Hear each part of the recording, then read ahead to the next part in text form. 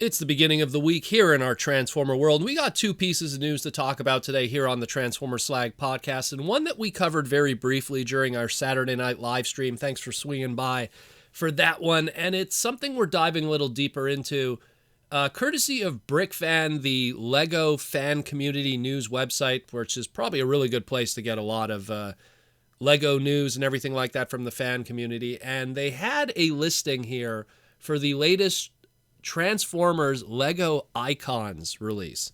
Now, the Lego Icons release, they put out a Optimus Prime back in 2022. Got a lot of press, got a lot of attention. It was very popular, sold very well too. It retailed for $170 USD and was released in June 1st of 2022. And I always speculated that at some point we'd see another one of these because of how well received they were. And I had two guys on my list that I felt were, iconic enough and simplistic in transformation enough to pull this off, to do a one-for-one transformation without having to take apart and put together a figure. And we have it here today, a listing for Lego Icons product number 10338 Transformers Bumblebee. So we don't know which Bumblebee, but I'll give you my opinion of what I think it's going to be because it's pretty obvious. 950 pieces, $89.99, a fraction of the price of what the Optimus was, so that also talks about size. It's going to come out July 1st, 2024, so not too long from now we're going to probably be learning about this. And this is a Joe Kide design. Joe Kide was someone who worked at Hasbro many years ago on the Transformers brand. He transitioned over to Lego and started working on Lego there, and then found a lot of success with the Minecraft Lego stuff. And then, of course, was the mastermind behind the Transformers Optimus Prime Lego Icons. And now he's back for the Bumblebee. So, yeah, $89.99 tells me that this is going to be a guy that's going to be much smaller than him. I'm pretty sure it's going to be Generation 1 Bumblebee and not movie Bumblebee or any of the other designs. First reason is the synergy. If you bought the G1 Optimus Prime, well, now you got to get the Bumblebee. He's got to have a friend, as they always say. So you bought one, you want to get the other, so you're going to get that partnership sale. Second is the iconic nature of it. I mean, G1 Bumblebee is so iconic and everything. I mean, as much as the movie versions have been very mainstream and have targeted a lot of people, that Volkswagen Beetle Bumblebee, how could you not? The third being, Lego has a great relationship with Volkswagen. They've done a whole bunch of officially licensed Lego Volkswagen stuff throughout the years, and I'm pretty sure it's pretty easy for one European company to look at another and go, hey, we want to do this G1 Bumblebee. He's going to turn into a Volkswagen. We'll get the license from you that we already have anyways. And we'll promise we won't put a gun in his hand or something. We'll try to keep it kosher. And the fourth one is the one that I've always felt is the biggest driving factor of the choices, and that's the simplicity of the transformation. The Optimus was able to pull off doing a transformation without having to be taken apart because G1 Optimus's transformation was always pretty simple. And I've always felt there was like two other G1 characters that were iconic enough and could probably pull off a really simple transformation within the limitations of Lego bricks. And it's that of G1 Soundwave and his simple transformation, and of course, G1 Bumblebee.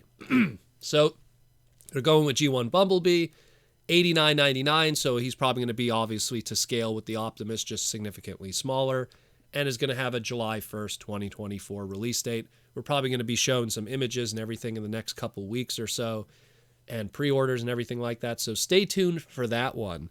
Also kind of unrelated to Transformers, but in a lot of ways the grandfather of Transformers. Also on BrickFan, they also said that the Lego Ideas website, the Lego Gundam, has achieved 10,000 supporters. So now it's going to be pitched to Bandai and different companies to try to get the license to do potentially a Lego Gundam. So that's pretty cool too. Next thing we're going to cover is some Japanese exclusive stuff. TV-Kun Magazine, that has been around for over 40 years and has done a slew of different Transformer coverage and exclusives through their magazine, has revealed through their Twitter that they're going to be having a exclusive Transformer product in that of the clear Beast Awakening Mirage, aka Rise of the Beasts Mirage. This is a typical Mirage getting the clear repaint treatment. It's not the first time a Mirage toy has gone through this, so that's kind of expected. And in this case, with the Beast Awakening Rise of the Beast one, it's mimicking his clear duplication hologram power that he had in the movie, as opposed to, let's say, the stealth nature that the original Mirage had. Interesting choice by TV-Kun, because they're deciding to go with the Rise of the Beast mainline Deluxe Mirage over the Studio Series 105 Rise of the Beast Deluxe Mirage. I think the reason why they went with it is because it's that mainline one that's thinner, even though in some people might say it's the better version of the two. I think they went with it because despite it being, a little thinner and stuff, it does have better proportions. Probably the plastic numbers and the parts needed to make it makes it more affordable than the Studio Series version for production. Also for the clear plastic, there's no Porsche license associated with it, so there's probably an element of that too that makes it also more affordable for them to go with that mainline Deluxe Mirage. Either way, looks really cool.